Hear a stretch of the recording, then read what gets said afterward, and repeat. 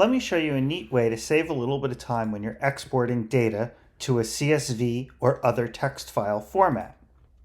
When I select this table here, you can see that I've got it marked for export. So this is the table that I want to appear in a CSV. When I go to Model, Export Data, I don't have to go into Excel and make an empty CSV file and save it.